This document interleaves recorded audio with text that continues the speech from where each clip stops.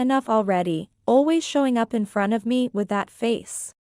I absolutely despise it. Can't you do something about that face? Sorry about that. It's not like I chose to be born like this, yet every time you see me, you always complain. What?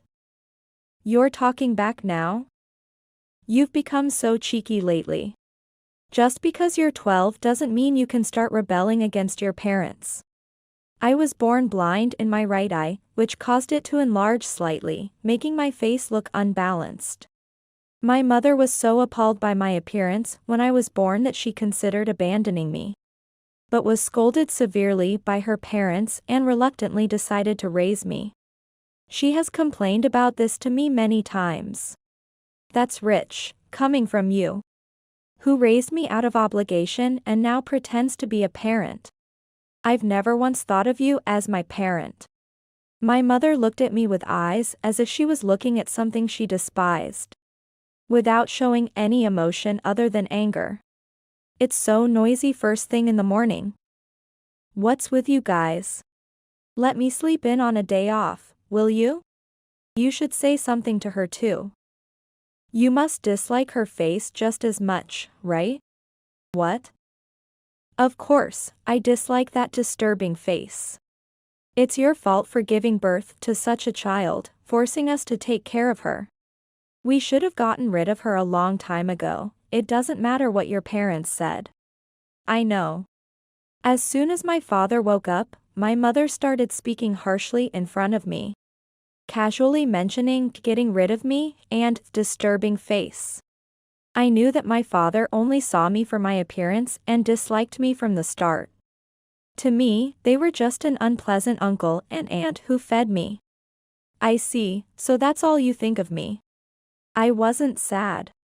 I knew they were that kind of people, so it didn't matter to me.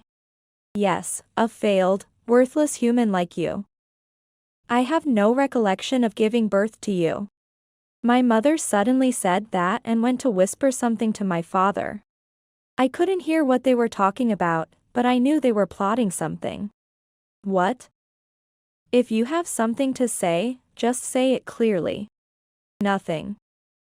Anyway, we have errands to run this morning, so we'll be leaving soon. My parents started eating, then hurriedly prepared and left somewhere. They often left in the morning and came back at night, so I didn't think much of it at the time. But they didn't return that day, and 3 days, a week, a month passed. I could bear it if it was just a week, since it happened once before. But a month? Were we clearly abandoned? Confused, I decided to call my maternal grandparents, the only number I knew, to see if they had heard anything. Hello, Grandpa? Anna, what's up? Why the sudden call? Have you heard anything from Mom? From Dorothy? No, I haven't heard anything.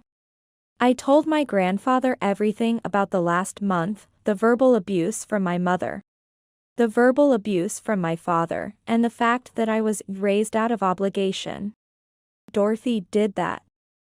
And they haven't come back for a month? Are their belongings still there? Yes, what should I do? Come to our house. I'll come to pick you up in an hour. An hour later, my grandfather came to pick me up in his car. And I ended up living at my maternal grandparents' house. It seems Dorothy raised you reluctantly because we told her to properly raise her child. I can't help but think maybe we should have taken you in and raised you ourselves. I really put you through a lot of trouble. I'm sorry. I'm disappointed that Dorothy turned out to be that kind of person. It's not your fault. It's Mom to blame. Because I'm blind in my right eye and it's enlarged, making my appearance unpleasant. She despised me for that alone. The last thing she said, "I don't remember giving birth to something like you," was the only thing that really hurt me. I didn't think of her as a parent, but I was grateful she gave birth to me. Those words from my mother suddenly pierced my heart, and tears started to flow. Seeing this, my grandfather handed me a handkerchief and spoke to me in a gentle voice. Dorothy has always been like that. A person who judges others by their appearance and looks down on them. She's the one who doesn't understand anything. Just wait and see, you'll prove how capable you are in the future. 12 years later, I lived in my grandfather's house, learned various things. Started a company, and became a CEO with an annual revenue of $150 million at a young age. Then, having heard rumors, my parents came to my company and bowed their heads to us. And that's when my parents' downfall began. My name is Anna, and I was born blind in my right eye, causing it to become enlarged.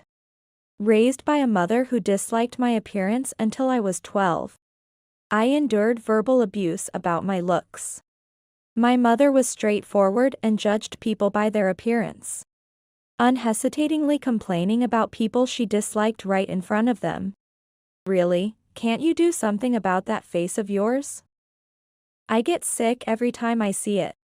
I clearly remember being told such things when I was just 3 years old. As she touched my enlarged eye, she often tampered with my face and used my blindness to her advantage. By placing obstacles at my feet to make me trip, a minor thing, but still a form of mischief. Why can't you see that right in front of your feet? Be more careful, you're such a failure. As I grew older, the harassment escalated, and my father, who turned a blind eye, offered no help. When I sought help, I was shunned with, "Don't come near me because you're disgusting." There was no one in my family to stand by me. Mom talked about my eye again today. Am I not seen as a child?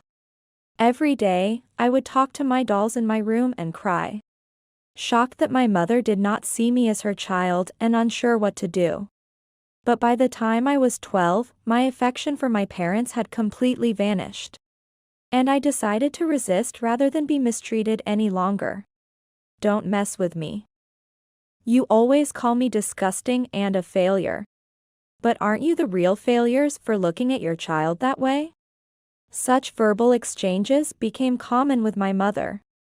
She fought back, but I didn't want to lose, so I resisted desperately. Around this time, my parents began to leave the house more frequently. "I'm going out."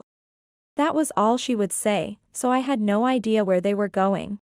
When I was younger, they would return after half a day or a day, but recently, they would not come back until late at night, and sometimes they would be gone for a week. However, when my suffocating parents were not around, I felt relieved. And their meaningful actions worked in my favor. Anna, do you want to study more? My mother suddenly said this. I wanted to attend middle school and had plans to apply and take the entrance exams for the school of my choice. But she unilaterally canceled my application and prevented me from going to middle school. Why? What are you thinking? What are you talking about? You don't need middle school. Why do you think someone like you, a failure, can go to the same school as normal people? Get over yourself. Failure, failure, you always belittle people like that. Why do you hate me so much? Why won't you let me do what I want? You're not human. You can't see with your right eye.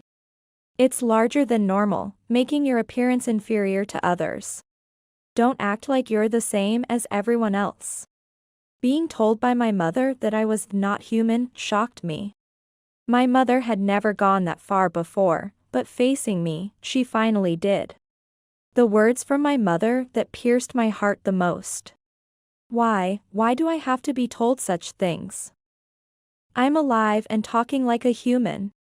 Saying I'm not human is just cruel. The phrase "I'm not human" was too frustrating. I had resolved in my heart to refute everything I had been told, and to out-argue my mother's reasoning. But those words broke my spirit, leading me to seclude myself in my room and cry every day. As she declared, my mother withdrew my middle school application and started to neglect me at home. Your dad and I will be gone all day today. She would say that and leave, leaving only a little food behind, which I had to prepare and eat myself. Though manageable for a day, the duration of their absences began to extend to 3 days. A week, longer. Where could they always be going? On a certain day, while harboring these doubts, my parents returned home carrying big bags. We're home. I had never reacted so strongly before. But seeing them come in with gift shop bags and dressed like they had just come back from a trip, I was taken aback and couldn't help but exclaim out loud. What's that? Where have you been? Oh, how unusual for you to ask such a thing. Do you want to know? No, not really. Irritated by my mother's unnaturally cheerful demeanor, I acted disinterested, though I was curious. But my mother started talking about it as if she wanted to. Actually, we went to Hawaii. I thought, I thought so. They're wearing aloha shirts and had sunglasses on their heads. They must have had a good time. At that moment, I was certain. My parents' frequent absences were due to them going on trips without me. They didn't want to show the world my shabby face, so they left me behind to avoid that. Whatever, go do whatever you want, scum.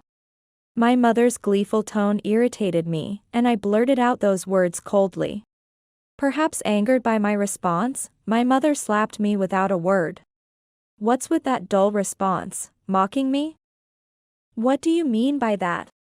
What do you expect me to say to insensitive parents going overseas without their child? Don't mess with me. I glared fiercely at my mother and retreated to my room.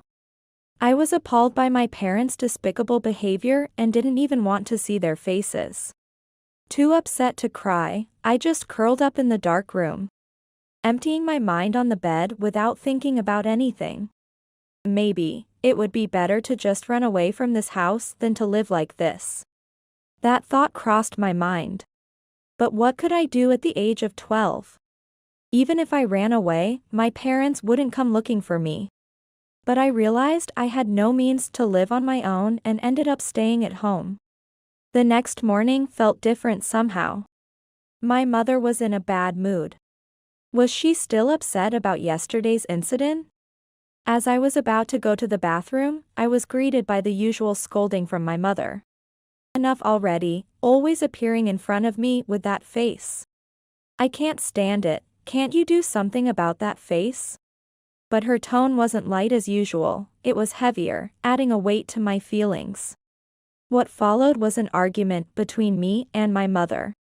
And after whispering something meaningful to my father who had just woken up, they left the house a few minutes later, never to return.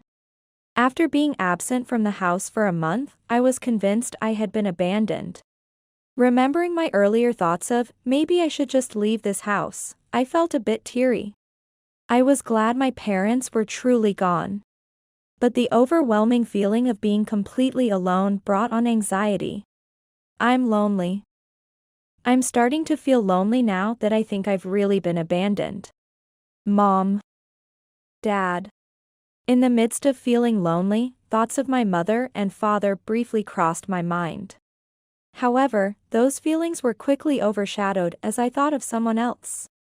My maternal grandfather, who often took me to his home and where I had stayed many times as a child. It must have been because I lacked the ability to live on my own back then.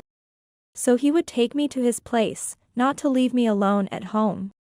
Remembering my kind grandfather, I called the only number I knew of him and told him everything that had happened. Mom told me, she said I'm not human. She called me a failure and said she raised me out of obligation. Hearing my grandfather's voice after such a long time brought me relief. And as I poured out my heart, tears welled up uncontrollably, and I broke down crying on the phone. I hadn't realized how much I needed to cry until that moment. Come to our house. I'll come to pick you up right away. His kind voice over the phone comforted me, and I waited for him to come. That very day, I was taken to live with my grandfather. How are your grades, Anna? His sudden question puzzled me, and I asked back, why? In response, he handed me a pamphlet. A middle school brochure? Yes. Anna, you weren't allowed to go to middle school, were you? Why don't you give it a try? Midterm admissions are possible. And don't worry about the money, I'll take care of it. Go there and study hard. Don't you want to study? I love studying. I hated being with my parents so much that school became my sanctuary. And I had many friends. But now I can't see them anymore. Well, you can always make new friends. And about your eye, your parents did nothing about it, right? How about getting surgery? It won't bring back the light, but it might help with the imbalance. Really? Would you do that for me? Of course. If it makes you healthier and happier, I'm willing to spend whatever it takes. Don't worry, I have plenty of savings. There's no point in saving it for my old age if I can use it for you now. I was overjoyed. My grandfather was willing to help me attend middle school. And even get surgery to improve my condition. Which did make my appearance somewhat better after getting a prosthetic eye. Starting anew, I enrolled in high school and later, my grandfather suggested something. You truly are my granddaughter. You've inherited the good traits. Inherited what? Not just your exceptional grades in math, but also your overall academic performance. With brains like yours, why not study business management? Business management? Yes, why not learn how to manage a company? Then you can give those foolish daughters a lesson. I was initially surprised by my grandfather's suggestion, but felt it was a chance to prove myself against my mother and her demeaning views. My grandfather occasionally checked on my estranged parents through his smartphone, allowing me to keep up with their whereabouts indirectly, without revealing my presence at the family home. I had hoped your mother would learn business management and take over the company I managed. But she chose her own path, leaving home and only returning to drop you off. Such a disgraceful child. Grandpa, does that mean I'll take over the company? Well, the original company is gone, but a subsidiary survived. They've been looking for a successor, and it seems like a good opportunity for you. Your intelligence should serve you well in business management, so give it a try. Following my grandfather's advice, I enrolled in a business-focused high school, graduated, and learned more about being an entrepreneur. By the age of 20, I was put in charge of the subsidiary. And by 24, my business acumen had flourished, achieving an annual turnover of $150 million. Over 12 years, I gained financial independence and a more presentable appearance. Anna, you've done well. I never imagined you'd have such business talent. Even in my prime, I couldn't achieve a turnover of $150 million. I'm glad to have discovered your potential. No, it's all thanks to you, Grandpa. If you hadn't told me to come to your house, I couldn't have grown so much. Who knows what would have become of me otherwise? Imagining myself left behind in that old apartment made me shudder. While my grandfather and I were indulging in our nostalgic thoughts, his phone suddenly rang. Hello? Dad, I was hoping to talk to you about something. Is it okay if I come over this evening? A favor? What's all this about all of a sudden? Yeah, I think I mentioned it in a message before, it's about money. You never learn, do you? I've always tried to teach you to handle these things properly. You know this happens because you never listen. I'm really sorry. Anyway. All right, come over. I'll listen to what you have to say. The caller was my mother, discussing money matters. My grandfather's face remained emotionless as he dealt with the conversation, exuding an attitude of looking down on her. Mom? Yes, it was Dorothy. She'll be coming over this evening.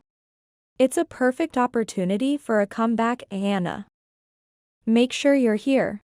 But I'm a bit scared. Don't worry, you're not 24 anymore. If it makes you feel better, bring your boyfriend.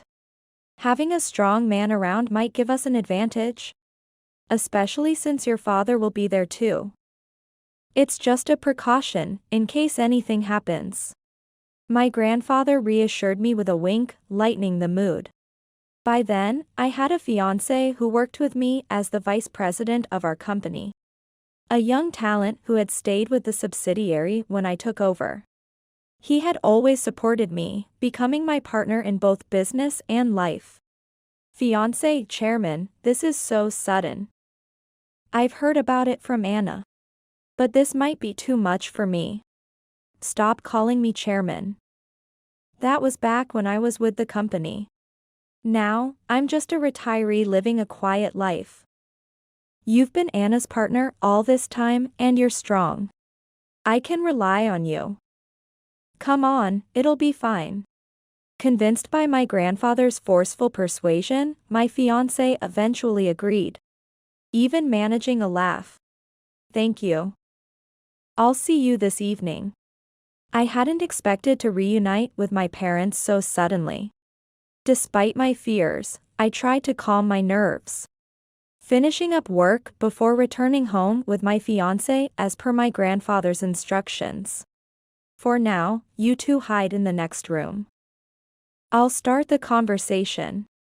When I hit the table, that's your cue to come out.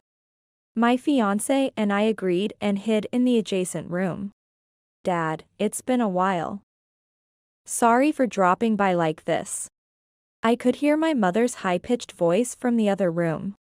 Just hearing it made me freeze in fear for a moment. Are you okay? You look terrified. Do you think you can handle this? He comforted me as I trembled, rubbing my back to soothe my nerves. You mentioned something about needing money over the phone. What's going on? Actually, I've gotten into some debt, and I need a substantial amount to pay it off. I was hoping to borrow some money from you. I don't have money to lend to you. Whatever your situation, you're an adult, you need to take responsibility for your debts. What kind of adult at 50 still doesn't get that? Then why did you ask us to come here? You could have just said no over the phone. Let me ask you something. What about your child? Huh? Child? What about Anna? I'm asking if you've properly raised her. You hardly ever contact us, never visit, and barely mention Anna. She should have gone through middle and high school by now. She should be working at her age, but we haven't heard a thing from you. What's the meaning of this? It all depends on the child, doesn't it? I did my part, made sure she went through middle and high school. And watched over her until she became an adult.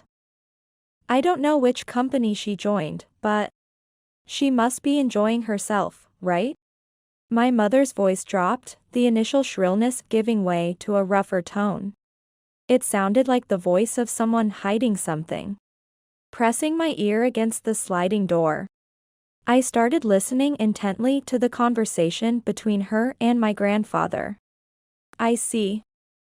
So, who was the one who called this house 12 years ago? Huh? Dorothy, where were you for an entire month, 12 years ago? On a trip? Leaving your child alone for a month, what were you doing? What? What are you talking about? Don't play dumb. I'm going to make you spill everything. About Anna, about your financial situation.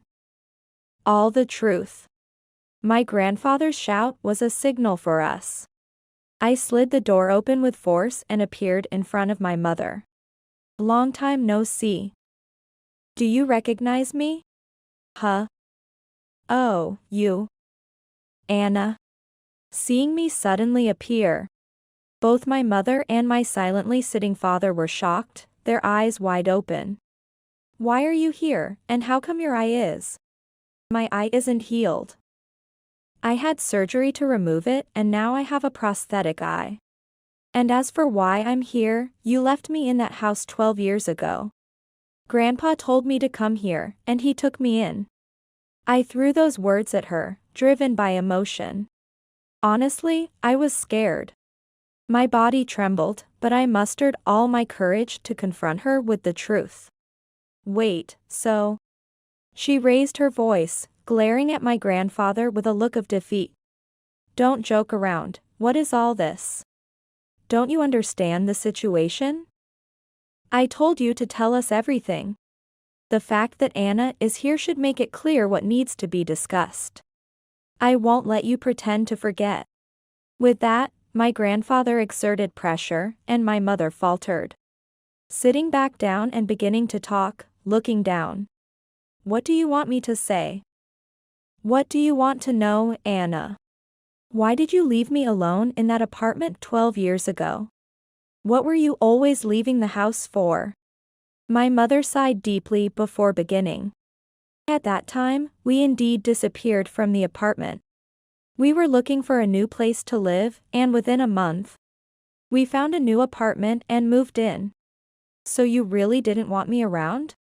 Yes, I couldn't stand being with a child with such an ugly face. After our fight that day, I decided to leave you behind as part of my plan. I always thought so, but you really are the worst mother. How could you do that to your own child? Accept a face like that? Plus, a child born blind in one eye? A burden right from the start? I hated the idea even more. As the argument between me and my mother escalated, my fiancé, unable to stand it any longer, stepped forward, glaring at her as he began to speak. What's so wrong with Anna, huh? One eye not seeing? Her face being different? I've seen her childhood photos, and I thought she looked perfectly normal. How could you say such awful things to an innocent child? You're the worst. What? You. I've been wondering who's been lurking behind Anna. Don't butt into a family argument. She's my dearest partner and the president of our company. How could I not protect her? My mother was taken aback by his words and suddenly grabbed me by the collar. What did that man just say? You're a company president. Someone lower than me acting all high and mighty, don't be ridiculous. Lower? Who's lower, exactly? Just so you know, the company you're at is a subcontractor for the company I manage. What? What do you mean? If you're a subcontractor, that means information flows to us. If you were working for our company as a subcontractor, you should have been receiving a decent salary. Struggling to repay debts doesn't make sense. You're lying, aren't you? My pointed question visibly unsettled my mother. That's when my father, who had been silent till now, finally spoke up. Hold on, Dorothy, don't jump to conclusions. He attempted to silence my mother, as if trying to hide something. However, she shook him off and began to spill the truth. Yes, I'm lying. We were planning to move abroad, cut off all ties here. It turns out it's more expensive than we thought, so I figured, why not squeeze some money out of Dad now, of all times? What's wrong with that, huh? With that admission, my father looked defeated, while my grandfather's anger peaked and he slapped my mother across the face. I've always known you had a bad streak, but this is unbelievable. You ungrateful wretch, planning to extort money from your own parents, enough. Let me tell you, with a personality like yours, you're only going to face hardship in life, just like your mother did. You're in for a world of pain. Turning his ire towards my father, my grandfather approached him next. And you, Steve, what were you thinking, staying with her? Birds of a feather flock together, is it? I thought you were a decent person when you asked for her hand in marriage. Are you trash too? No, it's not like that. I was just Can't believe you'd say such things. I've heard from Anna about the terrible things you've said to her. Disgusted by her face, weren't you? Stop, please. I was just influenced by Dorothy, not really. Influenced? So, you're just a follower, huh? Picked the wrong person to associate with, unfortunately for you. That was the first time I saw my father look so scared and weak, easily swayed by others. Perhaps it was because he had met my mother that he could act so arrogantly when they were together. Feeling this, I started to see my father as the most pitiable person at that moment. Oh, I see, what a pitiful man. Enough, Steve has nothing to do with this, it's all my fault, right? What do you want, calling me here? Revenge. For all the pain I endured as a child, I'm going to make sure you experience it. What do you mean? For starters, you're fired. You've been enjoying a good salary, but that's over now. That's it? With my skills, I can find another job easily. You think so? I will sue you for everything you did to me during my childhood and take it to court. That's impossible, it was 12 years ago. Did you think I hadn't looked into it? What you did to me constitutes child abuse, neglect, and domestic violence, and there's solid evidence for it. Even if it happened decades ago, I can still bring it to court after consulting about it. The harm I've suffered from you is immeasurable.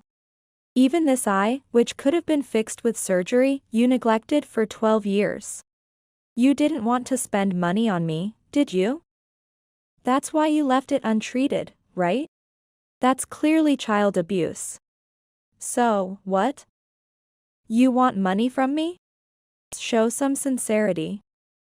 You neglected your own child to this extent. If it weren't for Grandpa, where do you think I'd be now? I went back to the apartment later to collect my things. You were gone. Left on your own, and now you're saying all this? My mother remained unyielding, intent on bulldozing her way through with her stubbornness. But that was impossible. I broached the subject of the lawsuit once more. I've consulted a lawyer about the child abuse, neglect, and domestic violence, among other charges against you. It looks like we can claim around $100,000 in damages. And that's a conservative estimate. If that's not enough, we can ask for more.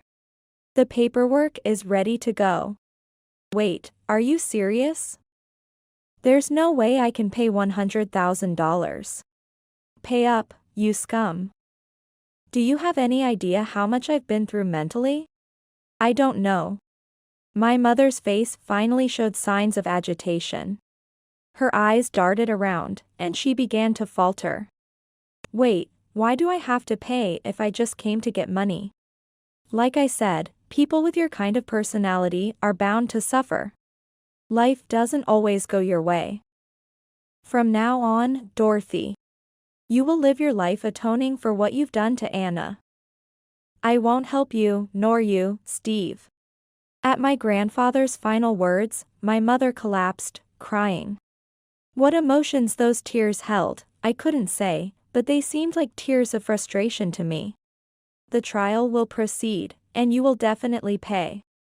I handed her a piece of paper and had her write down her current address. It was crucial for filing the lawsuit.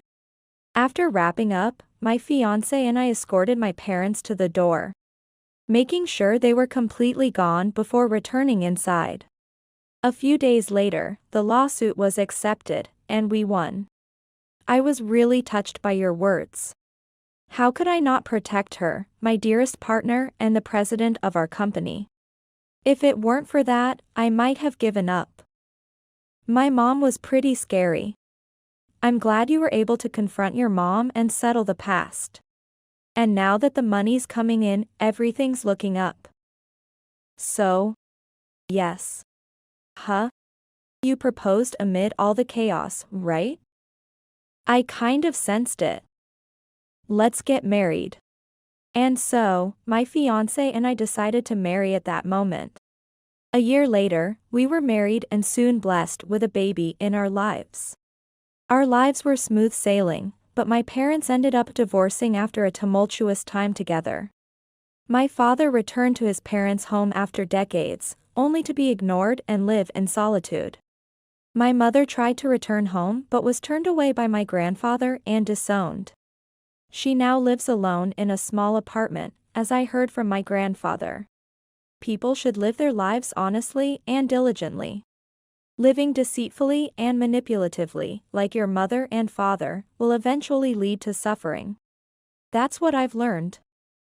So make sure to properly educate and raise your child. My grandfather passed away due to old age shortly after saying this, when our child was born. My husband and I moved into my grandparents' house, full of memories. And now we're building a happy home with our child.